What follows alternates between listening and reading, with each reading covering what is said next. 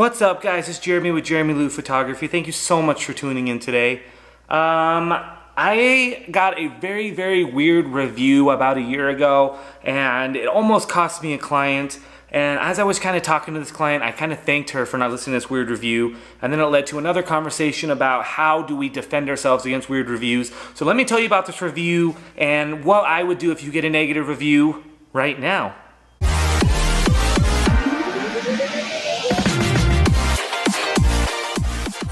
What's going on, guys? Thank you so much for tuning in. I just finished an amazing commercial shoot, a series of 3 out of 5.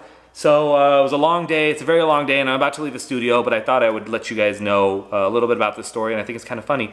Before we get started, though, if you guys are new to the channel, subscribe. One day, my wife told me that one of her clients was looking me up, and on Facebook, she was just kind of going through my reviews, and I had a 1-star review. And basically, it was just a really weird review. So my wife said, hey, there's a really weird review on yours. I can see it. And so I went to go check on my page. I couldn't see it. Somehow this person was able to review me, give me 1 star, crappy review, and it blocked me somehow, so I wasn't able to see it. I still haven't figured it out, and to this day, I still can't see it. I'm thinking that it's off of my business page, but I'm not sure. So in order for me to do this, I had to log in with a friend's account. So I went through a friend's account, logged on, and basically the review was simple. It was a person I've never shot before. The only reviews that they did when you look on their page was 3 other photographers in the area. And the review was something simple as, Jeramie tried to kiss me. She said she was a lesbian, and her and her girlfriend were there for graduation shoots. I was shooting them, and I kept talking about my kids, and then I went to kiss her, and she kissed me back and thought it was a bad idea, and she gave me a 1-star review.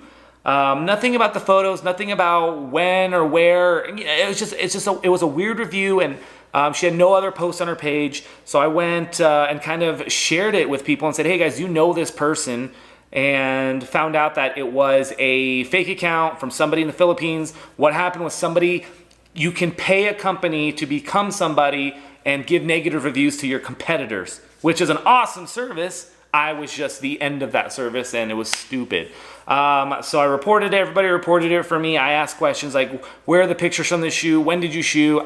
This is Jeramie. I have no recollection of you at all. How am I such a Mac Daddy, hashtag Mac Daddy, that I was able to kiss you in front of your girlfriend, and life goes on. So anyways, it was a really weird review, but sometimes we get actual negative reviews. So guys, this happens all the time. That was my little fun story, but this is like the real legitimate heart and soul of this video. You're gonna get a negative review. You're not gonna get everybody that's gonna love you and think that you're amazing and give you a bunch of mom likes and mom comments and saying, you're great, keep going, I love what you're doing with your photography, this is awesome. You're just not gonna mesh with everybody. And as much as you try to prevent it, it's gonna happen. But when it does happen, you need to be able to stand in front of it and either take the blame, apologize, or make it right before the review happens if you can. Good example is somebody has expectations of a certain photo from you that they want. They go to your studio, you shoot it, it doesn't come out the way they want, and they are just unhappy. If you haven't taken the chance to resolve this by emailing surveys or emailing review requests or anything like that, then they're gonna do a negative review, and it's not really gonna be about you, it's gonna be about your work, and that's really kind of where you want it. You don't want a negative review about yourself. But if it is a negative review about yourself, what do? It's on Yelp, it's on the business page. Instead of having to try to remove that, I would ultimately comment on everything that's happened with that. Because by the time the review happens, they're reviewing you because there was no meeting of the minds. You couldn't get it together. So if you can do a simple reach out to them, I'm so sorry that you're not happy with these photos. Here's what I'd like to do for you. I'd like to reshoot you. I'd like to credit you. I'd like to whatever to make you happy. It turns out that I wasn't able to work with you to make it work. And if you do everything you're supposed to do, not only will maybe they change your review and write, hey, they weren't the best photographer for me, but they were awesome. They were, they helped me out a ton and blah, blah, blah. But if they're not like that, then you can still comment below and let people know what's going on. There's nothing worse than seeing a negative review and not have the business owner actually reply to that review in defense. I have seen a lot of people just go rants and raves on other photographers' pages, other business pages, and sometimes it's just not legit at all, or the person is not in their right mind, and sometimes we have crazy customers.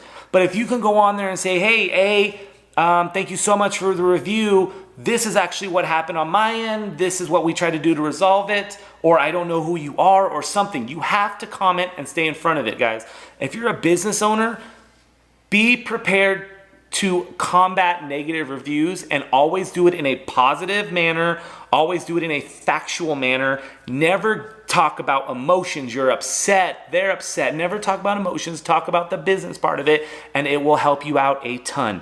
There's nothing wrong with having a negative review on your page. I have over 300 reviews on Yelp, 200 something reviews on Facebook, and some of them are 4 stars. I'm mostly pretty much 4 stars or 5 stars, but the 2 4 stars, they hurt me. They're like a stab in my chest. Like, what made it from a 5 to a 4? And so I'll comment on there. Thank you so much for the review. How could I have made it a 5 star? If you guys do these little things, it'll show your clients that you actually care about your business and your customers.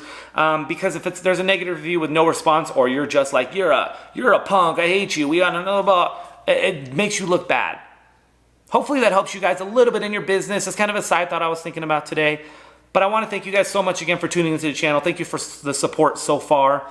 This is amazing. And again, I don't do these videos to make a ton of money on YouTube. It's just to get the information out that people need and ask for. So I'm going to head out. I'll talk to you guys later. Peace.